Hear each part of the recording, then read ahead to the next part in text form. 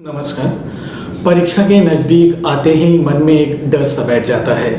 अब जबकि केंद्रीय माध्यमिक शिक्षा बोर्ड की परीक्षाएं नज़दीक हैं और बच्चे परीक्षाओं की तैयारी में जुटे हुए हैं। जैसे कि हम जानते हैं कि कोविड महामारी के चलते बच्चों की पढ़ाई पर काफ़ी असर पड़ा। लॉकडाउन की वजह से स्कूल बंद हुए और इसके चलते बच्चों की पढ़ाई का जो नुकसान हुआ उसकी भरपाई करने की कोशिश की गई ऑनलाइन शिक्षा के माध्यम से। आज जबकि बोर्ड की परीक्षाएं नज़दीक हैं, बच्चे तैयारियों में भी जुटे हैं, लेकिन इन सब के बावजूद बच्चों के मन में एक डर सा है। बच्चे परेशान हैं परीक्षा की तैयारी को लेकर। इन्हीं सब बातों को मद्देनज़र रखते हुए शिक्षा विभाग ने पहल की। शिक्षा विभाग ने एक कार्यक्रम बनाया जिसके माध्यम से विभिन्न विषयों के जो शिक्षक हैं वो आते हैं और बच्चों की जो परेशानियां हैं, जो उनकी चिंताएं हैं, इन सबको दूर करने का प्रयास करते हैं। सचमुच शिक्षा विभाग की ये जो पहल है वो सराहनीय है। आज इसी कार्यक्रम के अंतर्गत हम चर्चा करेंगे बच्चे हिंदी विषय की तैयारी कैसे करें, और इस पर चर्चा करने के लिए आज यहाँ पर उपस्थित हैं हिंदी के दो वरिष्ठ शिक्षक। सबसे पहले मैं इनका परिचय आपसे करा दूं। आप हैं डॉक्टर आदित्य कुमार शुक्ला सर, जो कि राजकीय वरिष्ठ माध्यमिक विद्यालय हेडो में हिंदी के वरिष्ठ शिक्षक हैं, और आप हैं कासिम सर, जो कि राजकीय बालक वरिष्ठ माध्यमिक विद्यालय मिडिल पॉइंट में हिंदी के वरिष्ठ अध्यापक हैं। तो आप दोनों का आज के कार्यक्रम में स्वागत है सर। कासिम सर, शुरुआत मैं आपसे करना चाहता हूं। जैसे कि हम सब जानते हैं कि हमारे इन द्वीपों के अधिकांश स्कूलों में जो है वो हिंदी ऐच्छिक की पढ़ाई होती है, जबकि कुछ विद्यालय ऐसे भी हैं जहां हिंदी आधार की पढ़ाई होती है। तो मेरा पहला सवाल आपसे ये है कि हिंदी ऐच्छिक का जो पाठ्यक्रम है और जो प्रश्न पत्र का प्रारूप है उसके बारे में आप हमें बताएं। नमस्कार सर। कक्षा 12वीं की ऐच्छिक पाठ्यक्रम के अनुसार परीक्षा के द्वितीय सत्र के प्रश्न पत्र को 2 खंडों में विभाजित किया गया है। इसमें प्रथम खंड कार्यालय हिंदी और रचनात्मक लेखन का है, जिसमें 4 प्रश्न होंगे और चारों प्रश्नों के 5-5 अंक निर्धारित किए गए हैं। इनमें पहला प्रश्न होगा रचनात्मक लेखन, दूसरा प्रश्न होगा पत्र लेखन का, तीसरा प्रश्न होगा कहानी और नाटक की रचना प्रक्रिया पर, और इसमें चौथा और अंतिम प्रश्न होगा समाचार लेखन, फीचर लेखन और आलेख लेखन। और प्रश्न पत्र का दूसरा खंड पाठ्य पुस्तकों पर आधारित होगा, जिसमें हिंदी ऐच्छिक के अंतरा, काव्य और गद्य जो पाठ्य पुस्तक है उसमें से 3-3 अंकों के 2-2 प्रश्न और 2-2 अंकों के 1-1 प्रश्न होंगे। अनुपूरक पुस्तक जो अंतराल है उसमें से 2 प्रश्न होंगे और दोनों के 2-2 अंक होंगे। तो इस तरह कुल मिलाकर खंड खा में 20 अंक और खंड खा में 20 अंक, दोनों मिलाकर प्रश्न पत्र 40 अंकों का होगा। सर, आपने जो बताया कि हिंदी ऐच्छिक पाठ्यक्रम और प्रश्न पत्र प्रारूप के बारे में, तो मैं उम्मीद करता हूं कि जो बच्चे पाठ्यक्रम और प्रश्न पत्र प्रारूप को लेकर चिंतित होंगे उनकी जो समस्याएं हैं वो दूर हो गई होगी। अब मैं अगला प्रश्न शुक्ला सर आपसे करना चाहूँगा। जैसे कि सर ने बताया कि ऐच्छिक के पाठ्यक्रम के बारे में, तो मैं आपसे जानना चाहता हूँ कि जो हिंदी आधार का जो पाठ्यक्रम और जो प्रश्न पत्र का प्रारूप है वो ऐच्छिक के पाठ्यक्रम के समान ही है या इसमें कुछ अंतर भी है? धन्यवाद सर, आपने बहुत अच्छा प्रश्न किया है रमेश सर। लेकिन आपके प्रश्न से पहले मैं अपने शिक्षा विभाग के सराहनीय इस कदम की भूरी भूरी प्रशंसा करता हूं कि बड़ी अच्छी पहल जो है शिक्षा विभाग ने की है। और अब रही बात ऐच्छिक और आधार के संदर्भ में, तो शिक्षा विभाग में ही कार्यरत एक वरिष्ठ अध्यापिका हैं श्रीमती कमलावती मैडम, उनसे हम इस संदर्भ में संपर्क स्थापित किए हैं और उनसे बातचीत भी किए हैं। और उन्होंने बताया है कि सर ऐच्छिक और आधार इन दोनों में केवल पाठ्य पुस्तक का ही अंतर है, बाकी जो पोर्शन है वो सब एक जैसा ही है। और वहाँ पर जैसे यहाँ पर अंतरा भाग 2 और अंतराल भाग 2 पढ़ाया जाता है, ठीक वैसे ही वहाँ पर भी जो है आरोह भाग 2 और वितान भाग 2 अनुपूरक पुस्तक के रूप में वितान भाग 2 पढ़ाई जाती है। तो यही 2 पुस्तकें जो हैं बस ऐच्छिक से अलग हैं, लेकिन बाकी सारे जो प्रश्न का जो स्वरूप है वह सब एक जैसा है। और जैसे ऐच्छिक 40 नंबर का ही प्रश्न पत्र है, वैसे ही जो आधार से जुड़े हुए पाठ्यक्रम हैं, आरोह भाग 2 और वितान भाग 2, उसको और उसके विषय वस्तु को लेकर के प्रश्न उनके भी 40 अंक की ही हैं। सर, जैसे कि आपने बताया, इसका हम ये अर्थ निकाल सकते हैं कि सिर्फ पाठ्य पुस्तक दोनों कोर्स के अलग अलग हैं और बाकी जो पाठ्यक्रम है वो लगभग समान ही। अब अगला प्रश्न कासिम सर मेरा आपसे है कि जैसे आपने जब प्रश्न पत्र का प्रारूप बताया, उसमें आपने कहा कि जो पहला प्रश्न होगा वो रचनात्मक लेखन पर आधारित होगा। तो मेरा सवाल आपसे ये है कि रचनात्मक लेखन क्या है और इसकी तैयारी बच्चे कैसे करें? रचनात्मक लेखन का अर्थ है जब कोई व्यक्ति अपने ज्ञान के आधार पर किसी विषय पर अपने मन में आए विचारों को लिखकर प्रकट करता हो तो उसे रचनात्मक लेखन कहा जाता है। इस रचनात्मक लेखन में बच्चों को 3 नए और अप्रत्याशित विषय दिए होते हैं, जिन पर उन्हें किसी एक विषय पर सोच विचार कर अपने अनुभवों के आधार पर अपने विचारों को लिखना होता है। बच्चों को यह ध्यान रखना चाहिए कि वे 3 विषयों में से जिन विषयों पर उनको अधिक जानकारी हो, जिसके बारे में वे लिख सकते हैं, उन्हीं का चयन करना चाहिए। बच्चों को रचनात्मक लेखन लिखते समय 2-3 बातों का ध्यान रखना बहुत ही ज़रूरी है। पहली बात यह है कि जो नए जो लेख लिख रहे हैं वो वर्तमान काल में होना चाहिए, और दूसरा, इस लेख में सरल शब्दों का प्रयोग किया जाना चाहिए और बच्चों को बड़े बड़े वाक्यों के प्रयोग से बचना चाहिए। अगर बच्चे इन सब बातों को ध्यान में रखकर इस रचनात्मक लेख को लिखे तो उन्हें इस प्रश्न के उत्तर में पूरे 5 के 5 अंक प्राप्त हो सकते हैं। कासिम सर, अभी आपने जो बताया कि रचनात्मक लेखन की तैयारियाँ कैसे बच्चे लिखें, निश्चित है कि अगर बच्चे अच्छी तरह से इसकी तैयारी करेंगे तो अधिक से अधिक अंक इसमें अर्जित कर सकते हैं, क्योंकि अधिक अंक वाले जो प्रश्न हैं वो एक रचनात्मक लेखन है और एक दूसरा पत्र लेखन है। तो मेरा अगला प्रश्न शुक्ला सर आपसे है कि पत्र लेखन में भी बच्चे अच्छे अंक हासिल कर सकते हैं, तो पत्र लेखन है क्या? बच्चे कौन कौन सी गलतियां करते हैं इस पत्र लेखन को पत्र लिखते समय, तो इसके बारे में आप थोड़ा हमें बताएं। पत्र लेखन जो है वो 2 प्रकार का होता है। एक औपचारिक पत्र होता है, एक अनौपचारिक पत्र होता है।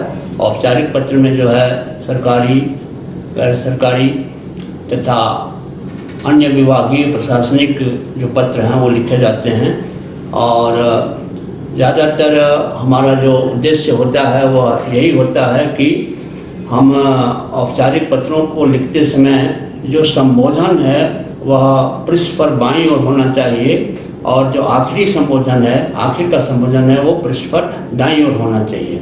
और संबोधन का जो स्वरूप है वो जैसा प्रश्न पत्र में पूछा गया है ठीक उसी के अनुरूप जो है उस पर एड्रेस होना चाहिए, और किस संदर्भ में पूछा गया है वह संदर्भ भी निश्चित किया जाना चाहिए छात्रों द्वारा, और बीच का जो लिखने का विषय होता है वह सुस्पष्ट होना चाहिए, छोटे में होना चाहिए, कम शब्दों में अपनी बात पूरा करें, समय की उपयोगिता को भी समझे, समय की सीमा को भी समझे, शब्दों की सीमा को भी समझे, और उसको लेकर के पत्र लेखन करें तो हम समझते हैं कि पूरा का पूरा नंबर पत्र लेखन उन्हें मिल जाएगा।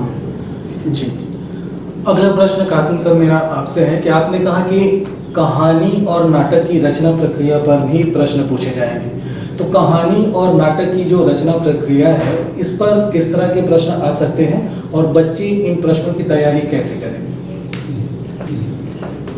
कहानी और नाटक की रचना प्रक्रिया बच्चों की जो पाठ्य पुस्तक है अभिव्यक्ति और माध्यम, इनमें जो 2 पार्ट है, कैसे लिखे कहानी और नाटक लिखने का व्याकरण। बच्चे अगर अपनी पाठ्य पुस्तकों में से इन 2 पाठों का गहराई से अध्ययन करें या फिर किसी और प्रकार से भी बच्चे नाटक और कहानी के बारे में अधिक से अधिक ज्ञान प्राप्त कर लें, तो मेरा विचार है कि परीक्षा में कोई भी प्रश्न आए तो बच्चे इसका उत्तर लिखने में समर्थ होंगे। बच्चों को चाहिए कि वे कहानी क्या है, नाटक क्या है, इसके आवश्यक तत्व कौन कौन से हैं, इन सब के बारे में पूरी की पूरी जानकारी प्राप्त कर ले। कहीं ऐसा ना हो कि कोई आसान सा प्रश्न आए और बच्चे इसका उत्तर लिखने में असमर्थ हो। इसलिए बच्चों को चाहिए कि कहानी या नाटक के बारे में पूरी जानकारी प्राप्त कर लें। इस पर 2 प्रश्न पूछे जाएंगे, एक प्रश्न 3 अंकों का होगा और दूसरा प्रश्न 2 अंकों का, और इसमें बच्चे आसानी से कोई भी प्रश्न कर सकते हैं। ये कहानी और नाटक से संबंधित जो प्रश्न है वो विकल्प के साथ होंगे। बच्चे अगर कोई भी 2 प्रश्न में से कोई भी एक प्रश्न कर सकते हैं, तो मेरे ख्याल से बच्चे आसानी से इस पर 5 अंक प्राप्त कर सकते हैं। यानी कि आप कह रहे हैं कि जो नाटक और कहानी की जो रचना प्रक्रिया, इसके जो प्रश्न पूछे जाएंगे, इन प्रश्नों में विकल्प रहेगा, यानी एक प्रश्न जो है वो 3 अंक का होगा और फिर जो दूसरा प्रश्न है वो 2 अंक का होगा और उसमें भी विकल्प रहेंगे। तो यानी विकल्प की वजह से बच्चे जो है आसानी से जो भी प्रश्न पूछा जाएगा उसका उत्तर वो लिख पाएंगे। प्रश्न पत्र का जो पहला भाग है, शुक्ला सर मैं आप पर आ रहा हूँ अब। जो प्रश्न पत्र का पहला भाग है, इसमें आखिर में जो प्रश्न आएंगे वो समाचार लेखन और आलेख लेखन और फीचर लेखन पर आधारित होगा जी। तो इसकी तैयारी बच्चे कैसे करें और किस तरह के प्रश्न जो है पूछे जा सकते हैं इन अध्यायों से? सर, बड़ा अच्छा प्रश्न किया है आपने। समाचार पत्र और फीचर लेखन और आलेख लेखन, इन तीनों को अच्छी तरह से हमारे बच्चों को समझना चाहिए। समाचार पत्रों की उपयोगिता बहुत अधिक है हम सभी के जीवन में, हम यह सब भली भांति समझते हैं। हमारे द्वीपों में जो विद्यार्थी शिक्षार्थी शिक्षा ग्रहण कर रहे हैं, वो भी हम सब जानते हैं कि आजकल समाचार पत्रों को लेकर ज़्यादा सतर्क हैं, जागरूक हैं और आए दिन देश दुनिया में जो घटनाएं घटित हो रही हैं, जो खबरें प्रकाशित हो रही हैं, उससे वे पूरी तरह जो है रूबरू भी हो रहे हैं और उस पर बच्चे जो है क्या सही है क्या गलत है, किस तरह की घटनाएं हो रही हैं, क्या हो रहा है, क्यों हो रहा है, कैसे हो रहा है, कब हो रहा है, इसके पीछे की मंशा क्या है, इसके पीछे की साजिश क्या है, आज सभी तरह से हमारे जो द्वीपों के बच्चे हैं वो इस पर अच्छी तरह से नज़र डाल के अपने बात को कहने में सक्षम भी हैं और अच्छा क्या है बुरा क्या है इसको भी भली भांति समझ रहे हैं। समाचार पत्रों के संदर्भ में यही कहेंगे कि बच्चों को यह जो न्यूज़पेपर में समाचारों में जो या दूरदर्शन में दिखाया जाता है उसकी गुणवत्ता को समझें और उसके सही आकलन करें, ये खबर सही है या नहीं है, और या जो खबर सुनाई जा रही है यह स्पष्ट भाषा है, इसकी क्लिष्टता न हो, इसमें कहीं द्रोहता न हो। और समाचार पत्र को हमेशा जो है अपने जीवन का एक भाग बनाना चाहिए और समाचार पत्रों को लेकर के स्पष्ट जो अपना आकलन है वह करना चाहिए। इससे जो है समाचार पत्रों की जो भूमिका है वह बहुत महत्वपूर्ण हो जाती है और हर शिक्षार्थी इस समाचार पत्र को अच्छी तरह से समझ के अगर लेखन करता है तो समाचारों का भी हमारे जीवन में बहुत बड़ा महत्व है। रही बात फीचर लेखन की, तो फीचर में ये होता है कि इसका जो सृजनात्मक स्तर है या वह बड़ा ही व्यवस्थित होता है और सृजनात्मक स्तर के साथ साथ इसमें जो है आत्मनिष्ठ लेखन का भी बड़ा महत्व है। फीचर लेखन में जो है वह शब्दों की सीमा जो है वो थोड़ी ज़्यादा रहती है, वो 2000 शब्दों तक भी अपनी बात को लिख सकता है और इसमें अपनी राय भी दे सकता है और खुल करके अपने विचारों को रख भी सकता है। समाचार पत्र में तो बाध्यता होती है लेकिन फीचर में कोई बाध्यता नहीं होती है, वह खुल करके अपने विचारों को प्रकट कर सकता है। अब रही बात एक आलेख लेखन की, तो आलेख लेखन के संदर्भ में भी हम यही कहेंगे कि आलेख लेखन भी एक प्रकार का लेख है, उसमें खुल करके अपने विचारों को रखने का पूरा प्रावधान है और उसका जो विषय है वह कोई भी विषय हो सकता है, वह समाज से संबंधित भी हो सकता है, राजनीति से संबंधित भी हो सकता है, सामाजिक जीवन से संबंधित भी हो सकता है, समाज से जुड़ा हुआ विषय भी हो सकता है, व्यवसाय से जुड़ा हुआ विषय भी हो सकता है, पर्यटन से जुड़ा हुआ विषय हो सकता है, फैशन से जुड़ा हुआ विषय हो सकता है, चलचित्र से जुड़ा हुआ फैशन हो सकता है, खेल से जुड़ा हुआ फैशन भी हो सकता है और मनोरंजन से जुड़ा हुआ भी फैशन हो सकता है। कई सारे आयाम हैं, विषय हैं जिस पर वह खुल करके अपनी बात लिख सकता है, रख सकता है। अगर आपके बताए हुए बातों का अगर हम सार निकालें तो बच्चों को समाचार क्या है, समाचार लेखन में जो समाचार के जो 6 ककार हैं इनकी क्या भूमिका है और समाचार लिखने की क्या शैली है, इस पर भी ध्यान देना चाहिए, पढ़ना चाहिए उन्हें। और साथ ही साथ फीचर क्या है, फीचर के गुण क्या है, इन सब बातों को भी अगर बच्चे याद कर ले, पढ़ ले, तो अगर इससे संबंधित कोई भी प्रश्न आता है तो बच्चे आसानी से उसका उत्तर जो है वो दे पाएंगे। अभी हमने बात की प्रश्न पत्र के जो पहले भाग में जो प्रश्न पूछे जाएंगे उस पर, और अब प्रश्न पत्र का दूसरा भाग यानी जो प्रश्न पाठ्य पुस्तक पर आधारित होंगे। तो कासिम सर, मैं आपसे ये जानना चाहूँगा, जो पाठ्य पुस्तक पर आधारित जो भी प्रश्न आएंगे, यानी अलग अलग पाठ है जिसमें काव्य और गद्य भी शामिल है, तो इनकी तैयारी बच्चे कैसे करें और किस तरह के प्रश्न जो है इन अध्यायों से आ सकते हैं? देखिए, पाठ्य पुस्तकों की तैयारी के लिए बच्चों को ये चाहिए कि उनके जो द्वितीय सत्र में जिन जिन पाठों को शामिल किया गया है वे उनकी जानकारी प्राप्त कर लें। कोविड-19 को मद्देनजर रखते हुए इस वर्ष द्वितीय सत्र की परीक्षा में कुछ पाठों को निकाल दिया गया है। अब अंतरा काव्य में सिर्फ 3 पाठ रह गए हैं और इसी प्रकार अंतरा गद्य में भी 3 पाठों को ही शामिल किया गया है, और इसके अलावा जो अनुपूरक पुस्तक है उसमें से सिर्फ 2 पाठ ही शामिल किए गए हैं। तो कुल मिलाकर बच्चों को इन दोनों पुस्तकों से कुल मिलाकर 8 पाठ पढ़ने होंगे, और बच्चों को चाहिए कि वे जो भी काव्य के जो भी पाठ है या फिर गद्य के जो कोई भी पाठ है, बच्चे इनके बारे में अच्छी तरह से जानकारी प्राप्त कर लें। मान लीजिए बच्चे ने किसी काव्य के पाठ में बच्चों को बिल्कुल भी जानकारी नहीं है, बच्चे उस पाठ के बारे में कुछ भी नहीं जानते, तो मान लीजिए कोई भी आसान सा प्रश्न भी आ जाए तो बच्चे उसे करने में असमर्थ होंगे। इसलिए बच्चों को चाहिए कि जो काव्य के जो पाठ है उनकी व्याख्या, उनका भावार्थ, उनका सारांश को अच्छी तरह से पढ़कर समझ ले, और उन पर जो प्रश्न पत्र पाठ्य पुस्तक से पूछे गए हैं उन पर अच्छी तरह से तैयारी करें, तो वे कोई भी प्रश्न का उत्तर देने में कामयाब होंगे। तो उनको चाहिए कि कितने नंबरों का होता है, कितने अंकों का होता है, इन सब का ध्यान रखें। कभी कभी बच्चे ऐसा करते हैं कि मान लीजिए प्रश्न 2 अंकों का होगा, लेकिन बच्चे जो है उसको पूरा का पूरा ज़्यादा लिखते हैं।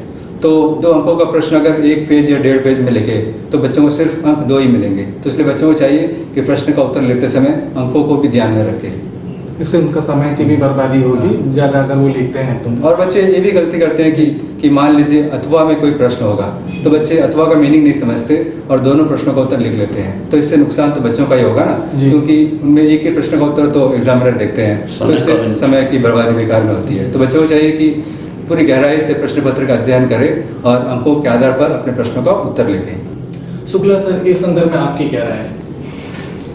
सर, हम कासिम सर की बात से ये सहमत हैं, और बच्चों को जो है शब्दों की सीमा को हम बार बार कहते हैं कि शब्दों की सीमा को समझना चाहिए कि जितने प्रश्न में दिए गए हैं कि इतने शब्दों में अपनी बात को पूरी करनी है या लेख को पूरा करना है या लेखन को पूरा करना है, तो बच्चों को उस समय की सीमा को भी समझना चाहिए, शब्दों की सीमा को भी समझना चाहिए। और अथवा अगर इस तरह के प्रश्न पत्र में दिए गए हैं तो उन पर भी बच्चों को जो है समझना चाहिए कि हमें एक ही लिखना है।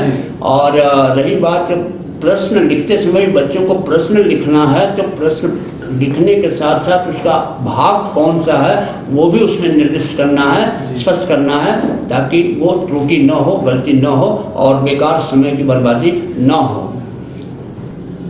कासिम सर ने जैसे अभी कहा सर कि काव्य भाग भी है, काव्य भाग से भी प्रश्न पूछे जाते हैं। अक्सर हम देखते हैं कि काव्य से संबंधित जो प्रश्न काव्य सौंदर्य का आता है, हमारे द्वीपों के अधिकांश बच्चे जो है या तो काव्य सौंदर्य के प्रश्नों को छोड़ देते हैं, या अगर वो करते भी हैं तो उसमें बहुत सारी त्रुटियां, बहुत सारी गलतियां रहती हैं। तो आप ऐसे सवालों के संदर्भ में बच्चों को क्या सुझाव देना चाहेंगे? जी, ये अच्छा प्रश्न है। हमारे द्वीपों के जो हिंदी पढ़ने वाले विद्यार्थी हैं और वो बराबर हम देखते हैं कि काव्य सौंदर्य जैसे प्रश्नों को जो है छोड़ देते हैं, या तो वो समझ नहीं पाते हैं या वो जानबूझ के छोड़ देते हैं, वो उनका विषय है। लेकिन हम ये जरूर कहना चाहेंगे कि यह जो प्रश्न है उसको बच्चों को गंभीरता से लेना चाहिए और कम शब्दों में ही अपनी बात पूरी हो जाती है। ये भी कहेंगे तो जैसे एक उदाहरण के हम मान दे रहे हैं, नीरज नयन नेह जल बाढ़े, तो बच्चों को यह अच्छी तरह से पढ़ के समझ लेना चाहिए कि यह जो पंक्ति है वह किस पाठ से या पूछी गई है जी। और उसके पश्चात किसने लिखा है या रचा है जी। और इसके कवि कौन है, पाठ का नाम, कवि का नाम, ये अच्छी तरह से बच्चों को समझ में आना चाहिए। और जो प्रसंग है वह किस प्रसंग को लेकर लिखा गया है। जैसे मान लीजिए इसी में ये राम भरत संवाद का है, तो इस प्रसंग में राम का वनगमन हुआ है जी। राम लक्ष्मण सीता वन में चले गए हैं।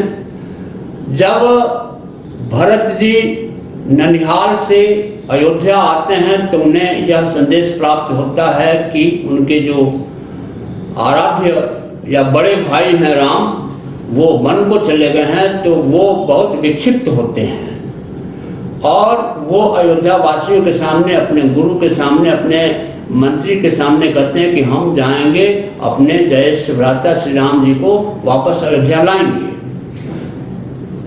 जब भरत जी अयोध्या वासियों के साथ, अपने गुरु वशिष्ठ के साथ, विश्वामित्र के साथ, सुमंत्र जी के साथ वहाँ जाते हैं, तो वहाँ जब राम की स्थिति को देखते हैं तो वे भावनाओं में बह जाते हैं। भाव विह्वलता के कारण उनके नेत्रों से झरझर आंसू प्रवाहित होने लगते हैं। तभी वशिष्ठ जी कहते हैं, गुरु वशिष्ठ जी, कि तुमने अपनी बात पूरी कर दी है।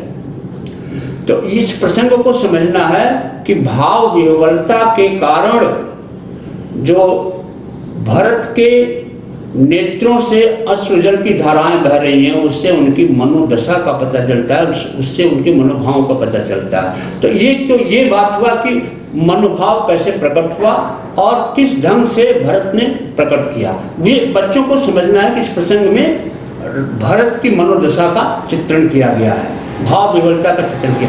अब रही बात काव्य सौंदर्य में, एक तो भाव सौंदर्य होता है, एक शिल्प सौंदर्य होता है। तो शिल्प सौंदर्य के भाग में भी बच्चों को समझना चाहिए कि भाई यह जो प्रसंग लिया गया है, इसमें कौन सा अलंकार है, इसमें कौन सी भाषा है, इसमें कौन सा रस है, इसमें किस दशा का चित्रण किया गया है और इसमें किस भाषा का या किस छंद का प्रयोग किया गया है और इसमें अलंकार क्या है। जैसे नीरज नयन नेह में अनुप्रास अलंकार है और नयन नेह में भी आप देखेंगे तो नयन नेह में रूपक अलंकार भी है। तो अगर बच्चे सही ढंग से इस रस, छंद, अलंकार, भाषा को समझ जाते हैं तो इसमें कम लिखने पर ही अच्छे अंक बच्चे प्राप्त कर सकते हैं। यानी काव्य सौंदर्य के प्रश्न का जो उत्तर है वो दो हेडिंग में दें, भाव सौंदर्य और शिल्प सौंदर्य में।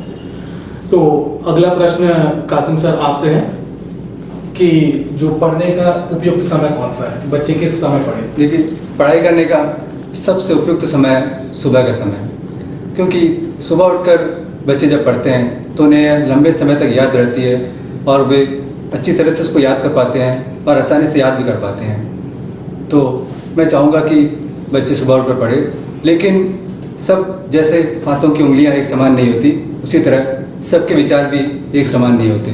तो बच्चों को चाहिए कि जब उनका मन करे तब भी पढ़ाई करें, क्योंकि मन से ही तो पढ़ना है ना जी। तो इसका सही से उत्तर होगा जब बच्चों का मन करे, कि जब उनको लगे कि उपयुक्त समय है पढ़ने का, उस समय पढ़ाई करें तो बेहतर होगा। शुक्ला सर, इस संदर्भ में आप क्या कहना चाहेंगे? सर, हम तो यही कहेंगे कि बच्चे जो है समय की उपयोगिता को समझें।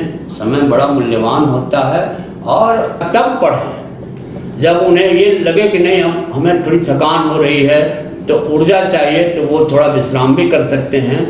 और कम से कम 6 घंटा तो हम जरूर कहेंगे अपने बच्चों को कि 6 घंटा पढ़ाई में अवश्य लगाएं। 5-6 विषय होते हैं उनके, तो हर विषय पर कम से कम प्रतिदिन 1 घंटा तो जरूर दें। और ये भी कहेंगे अपने बच्चों को कि देखिए, अभी हम जहाँ तक पता किए हैं कि हिंदी जो विषय है उसमें 6 से 7 दिन का गैप है जी। तो उस गैप को भी बच्चों को जो है सही ढंग से उपयोग करें, सदुपयोग करें। और हम समझते हैं कि अगर बच्चे सदुपयोग करते हैं तो बेहतर अंक ले सकते हैं, उसमें कोई घबराने की बात नहीं। यानी सुबह का समय पढ़ने में अच्छा उपयुक्त समय रहता बहुत सही है। और अगर 5-6 घंटा पढ़ते हैं तो मेरे ख्याल से निरंतर ना पढ़े, बीच में थोड़ा सा अंतराल गैप ले लें। तो अब कासिम सर, मैं आपसे जानना चाहूँगा कि प्रश्न पत्र बच्चे कैसे हल करें, यानी कि कौन सा प्रश्न या कौन सा भाग जो है वो पहले करें और कौन सा प्रश्न बाद में करें। बच्चों को प्रश्न पत्र पहले 15 मिनट पहले दे जाते हैं ना, तो उनको बच्चों को चाहिए कि उस समय चिंतन करें, विचार करें कि कौन से प्रश्नों को पहले करना है। मन में एक योजना बना लें, उसी के अनुसार बच्चे अगर देखते हैं कि मुझे यह प्रश्न जो है अच्छी तरह से याद है और मैं इसे अच्छी तरह से लिख सकता हूँ, तो बच्चों को वही प्रश्न करना चाहिए। और बच्चों को इसमें यह ध्यान रखना चाहिए कि जो भी प्रश्न कर रहे हों उनका प्रश्नोत्तर संख्या जरूर लिखें। और बच्चे जो खास तौर पर जो गलतियाँ करते हैं, बच्चे 2 प्रश्नों का उत्तर एक साथ लिख लेते हैं। तो बच्चों को चाहिए कि एक प्रश्न का उत्तर हो जाने के बाद 2-3 लाइन जरूर छोड़ें और हर एक प्रश्न का प्रश्नोत्तर संख्या जरूर लिखें। और बच्चों को चाहिए कि वे लिखते समय इस बात को ध्यान रखें, इस प्रश्न का नंबर कितने अंकों का है। तो इन सब बातों का ध्यान रखकर अगर बच्चे प्रश्न पत्र लिखे तो उन्हें अच्छे नंबर प्राप्त कर सकते हैं। अंत में मैं आप दोनों से पूछना चाहूँगा कि जो बच्चे सत्र 2 की परीक्षा की तैयारी कर रहे हैं, उन बच्चों को आप क्या सुझाव देना चाहेंगे। शुक्ला सर, पहले आप। हम यही सुझाव देंगे अपने बच्चों को कि समय का सदुपयोग करें, तनाव न लें किसी भी विषय को लेकर के, और ध्यान केंद्रित करके पढ़ाई करें। और जो यह एक अवसर मिला हुआ है बच्चों को हमारे शिक्षा विभाग से या CBSE की तरफ से सामयिक परीक्षा के रूप में इसका जो है सही लाभ उठाएं। हमारे पास बहुत कम समय भी रह गया है। इस समय की उपयुक्तता को देखते हुए अगर बच्चे थोड़ा सा मेहनत करेंगे और ध्यान देंगे तो बहुत अच्छे अंक प्राप्त कर सकते हैं। कासिम सर, मैं भी शुक्ला जी के विचारों से सहमत हूँ कि बच्चों को अब अंतिम समय जो है डरना नहीं चाहिए, बल्कि आत्मविश्वास के साथ निरंतर प्रयास करके उन्हें पढ़ाई करनी चाहिए। मैं अंत में एक लाइन के द्वारा 2 पंक्तियों के द्वारा अपनी बात पूरी करना चाहूँगा कि लहरों से डरकर नौका पार नहीं होती, कोशिश करने वालों की कभी हार नहीं होती। सर, आप दोनों ने परीक्षा की तैयारी के संबंध में बच्चों को जो महत्वपूर्ण बातें बताई हैं, निश्चित रूप से अगर बच्चे इन पर अमल करते हैं, इन पर ध्यान देकर के अपनी परीक्षा की तैयारी करते हैं, तो बच्चे सत्र 2 की परीक्षा में अधिक से अधिक अंक लेकर के उत्तीर्ण हो सकते हैं। बस थोड़ी सी बच्चों को ध्यान देना है कि पढ़ने का समय जो आपने बताया कि सुबह का समय पढ़ना चाहिए, ठीक है, बच्चों को जैसा उचित लगता है बच्चे वैसे पढ़ सकते हैं। लेकिन इस समय जबकि मौसम करवटें ले रहा है, कभी बारिश कभी धूप, इसकी वजह से उनके स्वास्थ्य पर भी असर पड़ सकता है। तो बच्चे घर का बना हुआ ताज़ा भोजन खाएं, ना कि बाहर के जो जंक फूड है उससे बचें और अपने आप को स्वस्थ रखें, फिट रखें। और ऐसा करते हुए बच्चे अगर तैयारी करते हैं तो निश्चित है वो अच्छे अंकों से इस सत्र 2 की परीक्षा में उत्तीर्ण होंगे।